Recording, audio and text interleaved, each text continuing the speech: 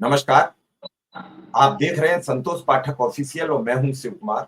हमारे साथ हैं संतोष पाठक जी। स्वागत और अभिनंदन।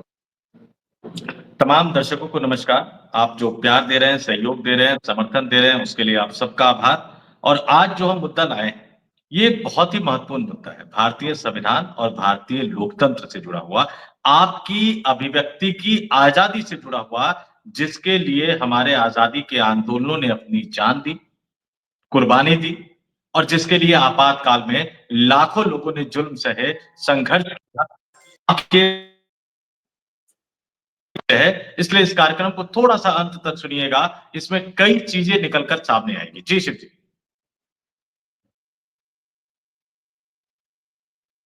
मैं अगर बीते 11 साल में बात करूं तो कई मर्तबा ऐसा आया जब संविधान में दिए गए मौलिक अधिकारों का हनन और उस हनन पर हम चुप्पी साधे बैठे रहे। ऐसा कई बार हुआ, एक बार नहीं। जैसे एक हनन यही हुआ कि आम आदमी पार्टी के लोग जेल भेजे गए। अब क्लोजर रिपोर्ट लग रही है, सत्ता परिवर्तित हो गया।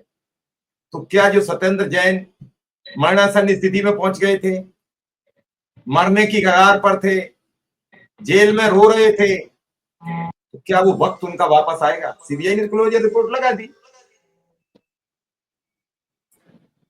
ऐसे ही अधिकारों का जब हनन होता है तो सुनने वाला भी परेशान होता है और जो न्यायप्रिय होता है, जो संविधान के राह पर चलने वाला व्यक्ति होता है, वो दुखी हो जाता है।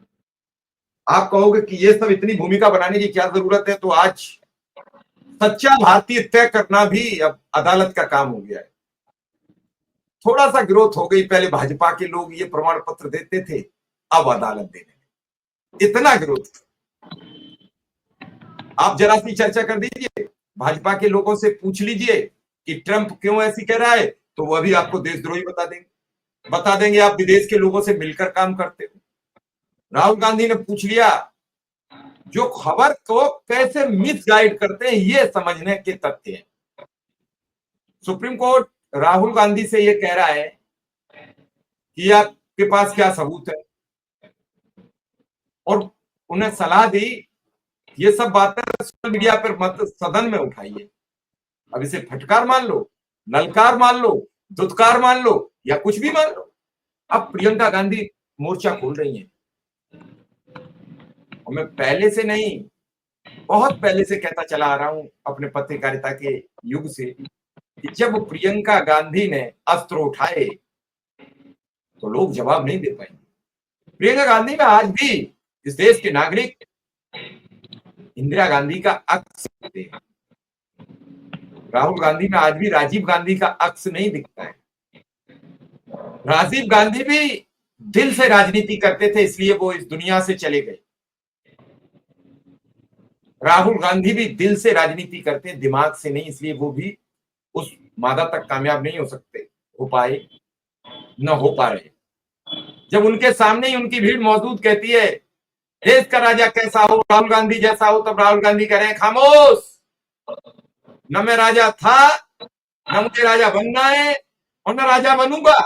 इसका मतलब राहुल गांधी साफ कह रहे हैं कि अगर एक बार फिर भी कमान आई तो वो विचार करेंगे वो देश के प्रधानमंत्री बने या ना बने। वो पता नहीं किस कोने से उठा के एक नेता को देश का प्राइम मिनिस्टर बना दे। ये लोग कहते बहुत हैं कि हमने जमीन से उठा के मुख्यमंत्री बना दिया, हमने आसमान से उठा के मुख्यमंत्री बना दिया, लेकिन कांग्रेस का ये सबूत है देश से सबसे कम आबादी की संख्या से उठा के एक व्यक्ति को 10 वर्ष प्रधानमंत्री रखा। संतोष सर, प्रियंका के आज तेवर बिगड़े हैं, कैसे देख रहे हैं इन तेवरों को?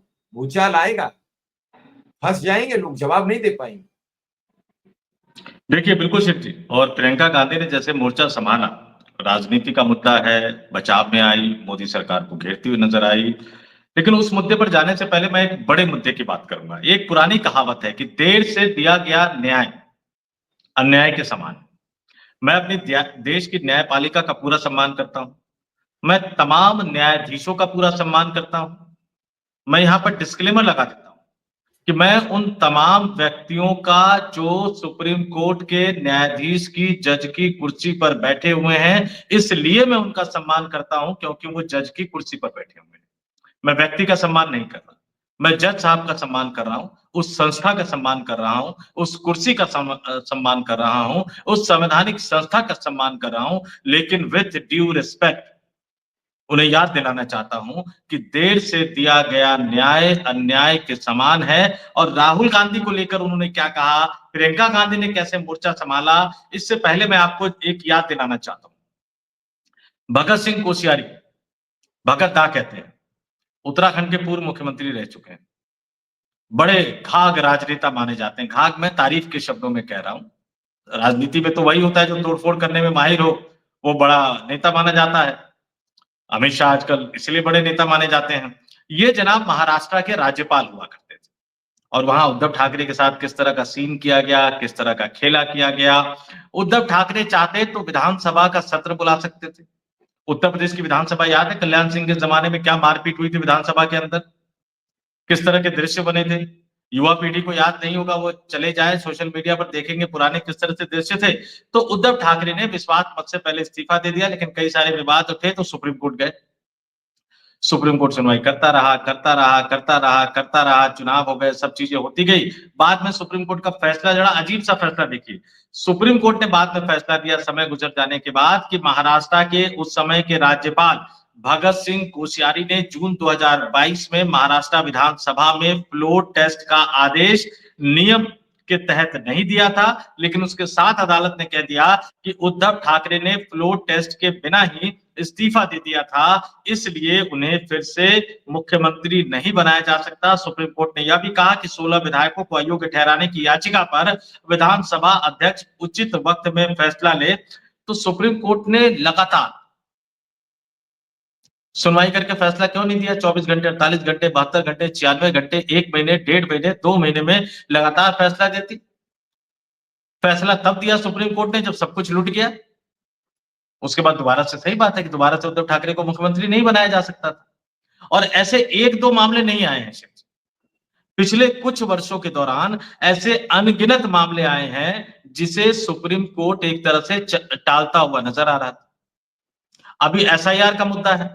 एसआईआर के मुद्दे में क्या हुआ? आपने 10 जुलाई को सुनवाई करी, 21 जुलाई तक जवाबी हलफनामा दायर करने को कहा, चुनाव आयोग ने हलफनामा दायर कर दिया, फिर 28 जुलाई को सुनवाई हुई, फिर जहां तक मुझे याद आ रहा है कि अगले दिन सुनवाई हुई, फिर अगस्त की तारीख रख दी गई। अब सुप्रीम कोर्ट को पता है कि अक्टूबर नवंबर में चुनाव हो जाएंगे। अब आप जनवरी में 1 साल बाद, 1.5 साल बाद जाकर फैसला सुनाओगे, उस फैसले का क्या करेंगे हम? या इस देश का लोकतंत्र क्या करेगा उस फैसले का? और ऐसे एक नहीं अनगिनत मामले हैं जिसमें सुप्रीम कोर्ट को सुनना चाहिए। अब सेना से जुड़े एक मसले को लेकर एक व्यक्ति अदालत में चले गए, वो फिर हायर अदालत में गया, फिर वो सुप्रीम कोर्ट में गया, और सुप्रीम कोर्ट के जज साहब क्या टिप्पणी कर रहे हैं। वो टिप्पणी में अपने आप में कहूंगा कि ये देश के दर्शकों को सोचना चाहिए। उन्होंने पूछा राहुल गांधी से कि आपको कैसे पता लगा कि चीन ने भारत की जमीन पर कब्जा कर लिया है? क्या इसकी बजाय ये बेहतर नहीं होता कि केंद्र सरकार को कहती कि सैटेलाइट इमेज दो और सैटेलाइट इमेज देके हमें बताओ कि चीनी सेना का कब्जा भारत की पोस्ट पे है या नहीं? मांग सकती थी सुप्रीम कोर्ट सैटेलाइट इमेज, नहीं मांगा। उसके बाद कह रहे कि आपने बिना सबूत के ऐसा बयान क्यों दे दिया? अरे आपके एक जज साहब के यहाँ तो कैश बरामद हो गया था, सबूत है। क्या किया आपने? ट्रांसफर करके छोड़ दिया, कुछ नहीं किया। सुप्रीम कोर्ट को चिट्ठी लिखनी पड़ी एक तरह से अपने ही पूर्व सीजीआई से घर खाली करवाने के लिए। फिर आपने कहा कि अगर आप सच्चे भारतीय हैं तो इस तरह की बातें नहीं कहेंगे। तो 1962 में जो अटल बिहारी वाजपेयी ने कहा था, क्या वो सच्चे भारतीय नहीं थे? क्या उस समय लाल कृष्ण आडवाणी ने जो कहा था वो सच्चे भारतीय नहीं थे? अटल बिहारी वाजपेयी, लाल कृष्ण आडवाणी, राम मनोहर लोहिया, जयप्रकाश नारायण, या उससे पहले भी आप चले जाइए, कई अन्य नेता थे, क्या वो सच्चे भारतीय नहीं थे?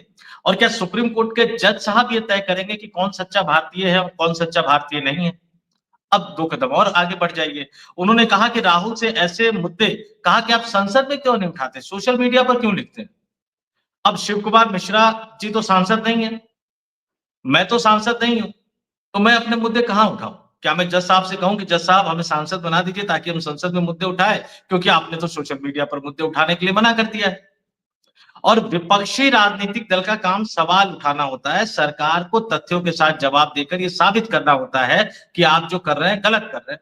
अब विपक्षी राजनीतिक दल सवाल नहीं उठा सकता। अच्छा छोड़िए, बाकी चीजें छोड़िए, भारतीय जनता पार्टी के प्रवक्ता, एक दो को छोड़ दो, मैं सुधांशु त्रिवेदी और संबित पात्रा, तो ज्यादातर प्रवक्ता जो है वो लोकसभा राज्यसभा के सदस्य नहीं है। वो कैसे सवाल उठा रहे हैं? कांग्रेस के जो प्रवक्ता है पवन खेड़ा, महत्वपूर्ण प्रवक्ता है, वो किसी भी सदन के सदस्य नहीं है। तो क्या उनको प्रेस कॉन्फ्रेंस करके सवाल सरकार से सवाल पूछने का हक नहीं है? और ये आईना दिखाने का काम किया कल जयराम रमेश ने किया। केसी वेणुगोपाल जो आमतौर पर अंग्रेजी में पोस्ट करते हैं, कल उन्होंने हिंदी में पोस्ट किया, वो भी बड़ा दिलचस्प पोस्ट है। और आज जब प्रियंका गांधी संसद भवन में पहुंची, तो संसद भवन परिसर में पत्रकारों ने उनसे जब पूछा, तो प्रियंका गांधी ने जो बातें कही, मैं कांग्रेस की सांसद है इसलिए दर्शकों को नहीं कह रहा हूं कि आप सोचिए, लेकिन दर्शकों को सोचना चाहिए। कौन सच्चा भारतीय है कौन नहीं, यह तय करना न्यायपालिका का या जज का काम नहीं है। जज साहब ये नहीं तय करेंगे कि मैं सच्चा भारतीय हूं या नहीं हूं, मैं सच्चा देशभक्त हूं या नहीं हूं, ये जज साहब को तय करना नहीं है। उन्होंने कहा कि न्यायपालिका के प्रति पूरा सम्मान रखते हुए कह रही हैं, राहुल गांधी ने हमेशा सेना का और हमारे सेना के बहादुर जवानों का सम्मान किया है, और जज साहब को उनकी परिधि बता रहे हैं, उनके अधिकारों की परिधि बता रहे हैं। और जज साहब ने जो दूसरी सलाह दी उसका जवाब भी दिया कि क्या नेता विपक्ष के तौर पर सरकार से सवाल पूछना हमारी जिम्मेदारी है, क्या सुप्रीम कोर्ट रोक सकता है, क्या सुप्रीम कोर्ट को रोकना चाहिए? अब सरकार जवाब नहीं देती है सदन के अंदर तो क्या करे? सरकार इतनी कमजोर हो गई है कि वो सदन भी नहीं चलने देना चाह रही है, सदन भी नहीं चला सकती है। जब वो ऑपरेशन सिंदूर पर, जिससे पॉलिटिकल माइलेज लेना है, आज बड़ा स्वागत सत्कार हुआ एनडीए सांसदों की बैठक में प्रधानमंत्री नरेंद्र मोदी का, उस पर आप चर्चा करा लेंगे। जब विपक्ष एसआईआर और अन्य गंभीर मुद्दों पर चर्चा की मांग करेगा तो उस पर चर्चा नहीं कराएंगे। आज कांग्रेस के राष्ट्रीय अध्यक्ष मल्लिकार्जुन खड़गे ने राज्यसभा में सीएए सब का मसला उठाया। तो इन मसलों को अगर सरकार सदन के अंदर नहीं उठाने देना चाहती है, तो विपक्ष के नेता के तौर पर सोशल मीडिया पर उठाएंगे, प्रेस कॉन्फ्रेंस करके उठाएंगे, रैलियों में उठाएंगे। अब कल को सुप्रीम कोर्ट कहे कि आप रैली में आरोप क्यों लगा रहे हैं कि सरकार पर? यूपी में बाढ़ पीड़ित के क्या हालात है, स्वतंत्र देव सिंह वाला, निषाद साहब वाला मामला देखिए, वो तो धर्म को लेके उनके दुख दर्द को भुलाने की कोशिश कर रहे हैं। तो अगर क्या हम बाढ़ पीड़ितों का मसला उठाएंगे तो भी सुप्रीम कोर्ट कहेगी कि नहीं नहीं नहीं, आपको तो विधानसभा में उठाना चाहिए, आपको तो संसद में उठाना चाहिए। तो फिर राम, तो ये बात मोहन, ये नहीं है श्याम, संतोष अब्दुल सर, बात ये गफूर, नहीं है पीटर, ये सब क्या करेंगे? संतोष सर, बात ये नहीं है। अभी आप लिख दो सोशल मीडिया पर एक पोस्ट सरकार के खिलाफ, 20 जगह से एफआईआर हो जाएगी। और अभी आप ये लिखो कि मैं बहुत पीड़ित हूं, मैं परेशान हूं, मुझे कुछ लोग धमका रहे हैं, मेरी एफआईआर दर्ज की जाए, मुझे घर से नहीं निकलने दिया जाए, एक भी कोई कमेंट नहीं आएगा। सोशल मीडिया अब एक बड़ा हथियार बन चुकी है। अब आप कहोगे ये दिक्कत क्यों है? दिक्कत ये है, आपको याद होगा कि रामायण में, महाभारत में, गीता में हर जगह ये लिखा है कि जो जैसे आता है वो वैसे ही जाता है। 2014 में सोशल मीडिया का पहला प्रयोग कर आम आदमी पार्टी इस देश में, दिल्ली में सत्ता में आई, जो गठबंधन की सरकार थी कांग्रेस के साथ, और वो सारे टूल बीजेपी ने प्रयोग किए। सोशल मीडिया से बीजेपी का बड़ा पदार्पण हुआ, सोशल मीडिया के सहारे बीजेपी पूरे देश में छा गई। अब सोशल मीडिया पर बीजेपी की रीच बुरी तरीके से गिरी है, बीजेपी के नेता स्वीकार नहीं कर पा रहे। राहुल गांधी की इस समय रीच सोशल मीडिया पर बड़ी बेतहाशा बढ़ी है, कांग्रेस की रीच बढ़ी है। आप देख रहे हैं कि वही वीडियो राहुल गांधी का होता है, उसे मिलियंस में लोग देख रहे हैं। वही वीडियो अगर प्रधानमंत्री नरेंद्र मोदी, जो कभी आइकॉन होते थे युवाओं के, वो कम देखे जा रहे हैं। तो कैसे लोगों को रोका जाए? सरकार तो कह नहीं सकती। मैं बड़ी गंभीर टिप्पणी कर रहा हूं, मैं सर्वोच्च अदालत पर टिप्पणी नहीं कर रहा हूं, मैं उस पर कोई कतई बोलने का मुझे अधिकार नहीं है। लेकिन जब देश हित की बात आएगी तो खामोश कब तक रहा जाएगा? तो फिर सर्वोच्च अदालत हमें यह भी तो बताए कि आप अपनी आवाज कहां उठाओगे। पहले तो हम यही सुनते थे, खबरों के माध्यम से, अखबार के माध्यम से, सोशल मीडिया के जरिए हम अपनी आवाज बुलंद करें। एक बात और शिव जी, एक बड़ा अच्छा, अभी एक हमारी सुबह बात हो रही थी, लद्दाख के एक बड़े प्रसिद्ध व्यक्ति हैं, लेह लद्दाख के, जो मैं लद्दाख गया था, तो उनका व्हाट्सएप आया है, अभी सुबह इन चीजों पे बातचीत हो रही थी। उन्होंने सोनम वांगचुक, आज की युवा पीढ़ी ने थ्री इडियट फिल्म देखी होगी, उसमें आमिर खान ने जिनका रोल किया था उनका नाम सोनम वांगचुक है।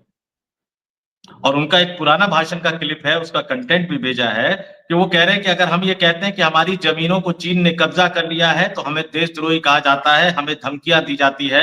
अगर चीन की सेना घुस आई है, ये सोनम वांगचुक कह रहे हैं, ये लोकसभा में विपक्ष के नेता कह रहे हैं, और खुद भारतीय जनता पार्टी के एक सांसद एक जमाने में सदन के अंदर ये बात मैं एक आदमी जोड़ दूंगा आपके साथ, अरुणाचल सेकंड सीट से लोकसभा से जो सांसद है, बिल्कुल उन्हीं का जिक्र कर रहा था, वो सदन में कह रहे हैं। बिल्कुल। तो अब सुप्रीम कोर्ट के जज साहब के पास वो कंटेस्ट नहीं था, उनको सरकार को कहना चाहिए कि सैटेलाइट इमेज देके दिखा दो भाई। 15 साल पहले ये कंटेंट वहां मौजूद सरकार विपक्ष के अधिवक्ता को रखना चाहिए, ये भी आधी अधूरी तैयारी से जाते हैं। हाँ, समस्या तो यह है कि कांग्रेस में ढेर सारा स्लीपर सेल है, वो बोलते नहीं देता कुछ को। ये सबूत जो तथ्य हम और आप चर्चा कर रहे हैं, क्या कांग्रेस में बैठे लोग उन्हें क्यों हायर किए, जो सोशल मीडिया की टीम को मैनेज करते हैं, जिन्हें तक कतई ज्ञान नहीं है कि कब किसने बोला। अरे सुप्रीम कोर्ट को चेक करके बताते, अब तो सब चीजें सोशल मीडिया पर, सुप्रीम कोर्ट भी तो है, सर्वोच्च अदालत को बताते, लेकिन ये करेगा कौन?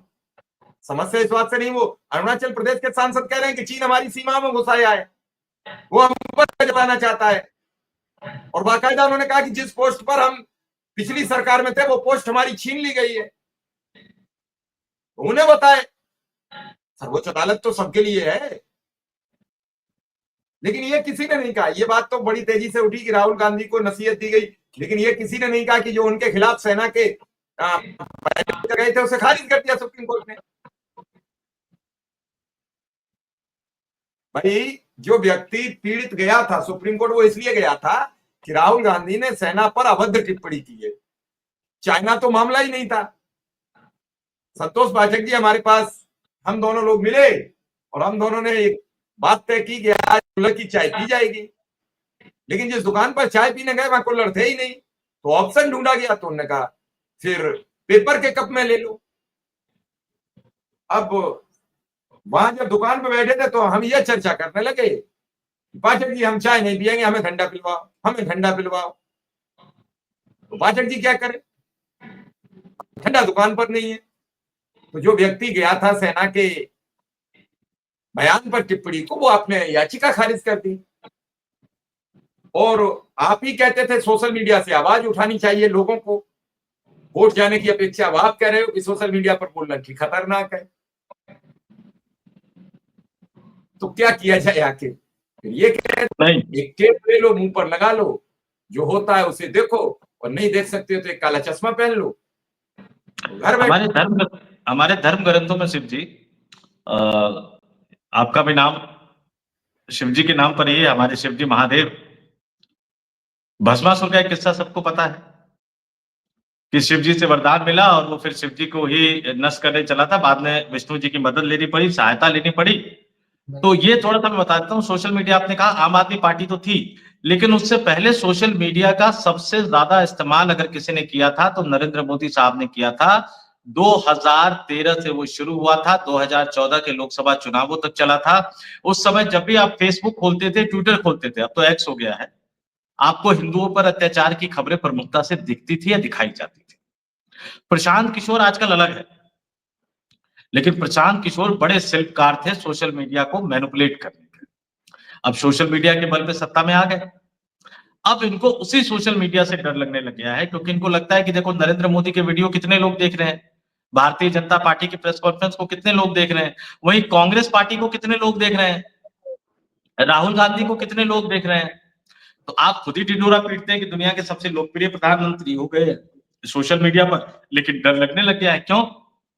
क्योंकि आपने खुद उसी का दुरुपयोग किया था, इस्तेमाल नहीं किया था शिव जी, उस संसाधन का दुरुपयोग किया था।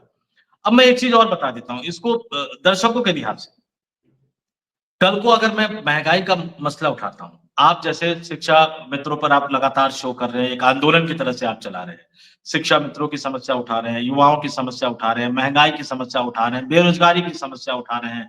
कल को ये भी कोई तभी कह तो सकता है कि चैनल आप देशभक्त नहीं हो। तभी तो चैनल भी रोज बंद हो रहे हैं। आप ये भी तो बोलो साथ में। लगातार लगातार हमें पीड़ित और एक दर्शक ने कमेंट किया कि आप तो स्वतंत्र पत्रकार हो, आप लोगों को कौन प्रताड़ित कर सकता है? अरे हमें सारी की सारी संस्था मिलके प्रताड़ित कर रही है, हमारे चैनल डिलीट करवाए जा रहे हैं, वीडियो हमें को तो प्रमोट ऐसे नहीं किया जा प्रताड़ित रहा है। किया जाता है, उस दर्शक से कह दीजिए सुन ले, हमें ऐसे प्रताड़ित किया जाता है कि हम अपना घाव भी नहीं दिखा सकते, हम बता भी नहीं सकते कि हमें कैसे मारा जा रहा है, क्योंकि हमारे पास तो कोई तथ्य और सबूत ही नहीं है। तो ये बताया जाता है कि ये वीडियो आपका गलत है, हमसे ये भी नहीं पूछा जाता है, हमें अपनी गवाही देने का भी मौका नहीं मिलता कि आखिर इसमें हमें ये तो साहब बता दो गलत क्या है, जिससे हम आइंदा सुधार कर ले। अगर कोई हो सकता है कि तकनीकी में हम कहीं मिस हो रहे हो, तो हमें कम से कम वो शब्द तो पता लग जाए कि इस शब्द से परहेज करें। मान लीजिए यूट्यूब को गाइडलाइंस दी गई है केंद्र सरकार की ओर से कि मोदी के खिलाफ ना बोलना है, के खिलाफ बंद कर दें। जैसे तैसे अपना चैनल बनाते हैं, लोगों को जोड़ते हैं, 2-2 5-5 सब्सक्राइबर के लिए गुहार और रिक्वेस्ट करते हैं, लोग जुड़ते हैं, जुड़ के एक कारवां बनता है, एक परिवार बन जाता है। अब जो मेरा चैनल गड़बड़ हुआ उसमें 3.5 लाख लोगों का परिवार था। अब 3.5 लाख लोगों को जोड़ने में बरसों लग गए। थोड़ा सा लोगों को हम पर भरोसा लगा कि ये भी कोई आदमी ठीक बात करता है। अब वो दर्शक हमें प्यार देने लगे कि 10 मिलियन तक देखने लगे, तो सरकार को खटकने लगी कि एक और दुश्मन तैयार हो गया। पुराने लोग हैं, उनसे सरकार को इतनी दिक्कत नहीं होती है, उनके बारे में बता चुके कि इनका तो काम है मोदी का विरोध करना। लेकिन जो नए लोग अब बड़ी तादाद में आ रहे हैं, उनसे भाजपा हिली हुई है। वो संतोष पाठक हो या फिर शिव कुमार मिश्रा हो, स्पेशल कवरेज न्यूज हो या फिर कोई अन्य हो, तो दिक्कत वहां से नहीं है।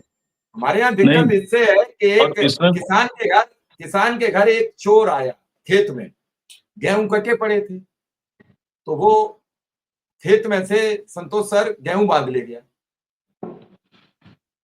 तो वो उदास बैठा था, तो पड़ोसी ने पूछा भाई चोरी तो हो ही गई, तो उदास रहने से कैसे काम चलेगा, हिम्मत बांधो, वो तुम्हारी किस्मत में नहीं था। उसने कहा किसान ने कि हमें चोरी की फिक्र नहीं है, लेकिन जो वो रस्सी बिछा गया है कल के लिए, उसकी फिक्र है, वो कल फिर बांध ले जाएगा।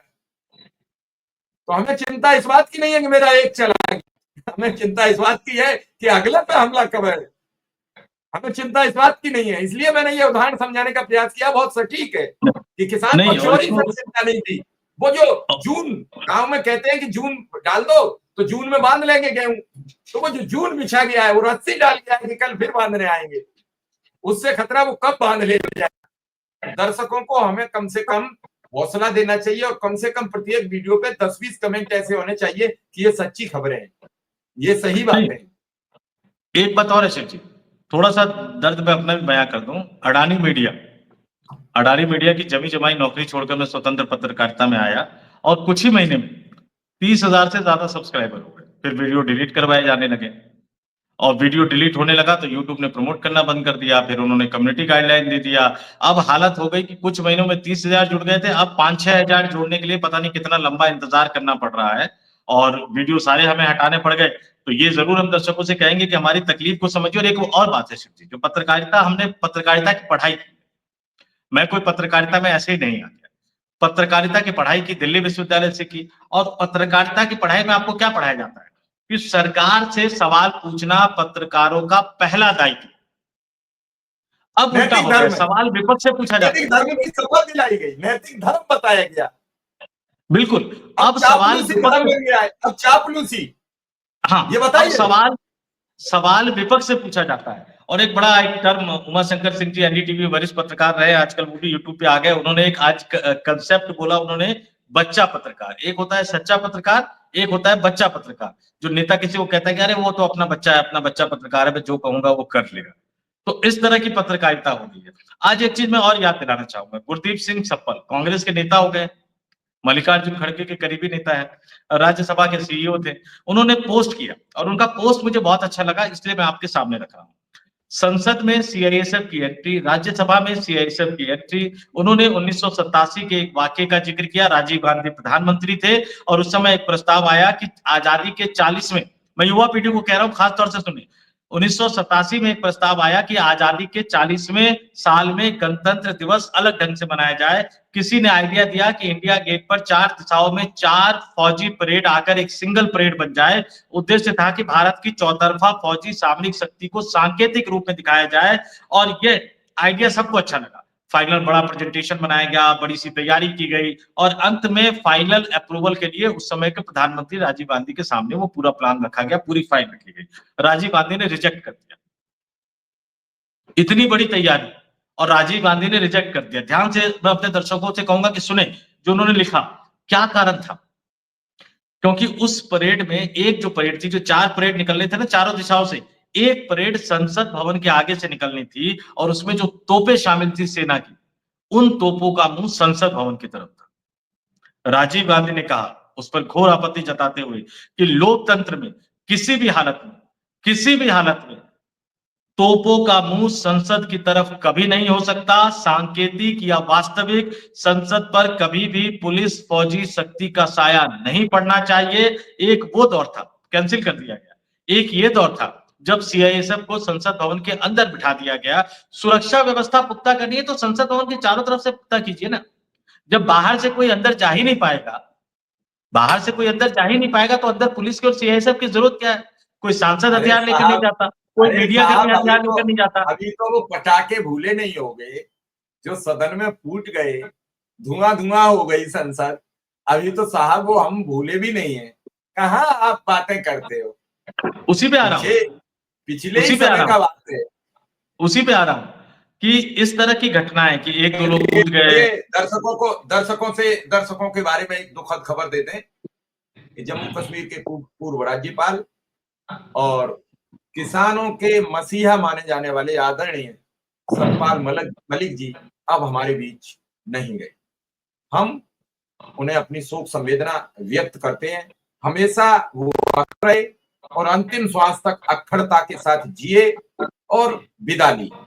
बीते 2 दिन में 2 बड़े नेता इस देश से विदा ले चुके हैं। दोनों ही अपने स्वभाव से अक्खड़ थे। दोनों ने जमीन पर जुड़कर काम किया और जब कुर्बानी देने की जरूरत आई तब कुर्बानी देने के लिए तत्पर रहे।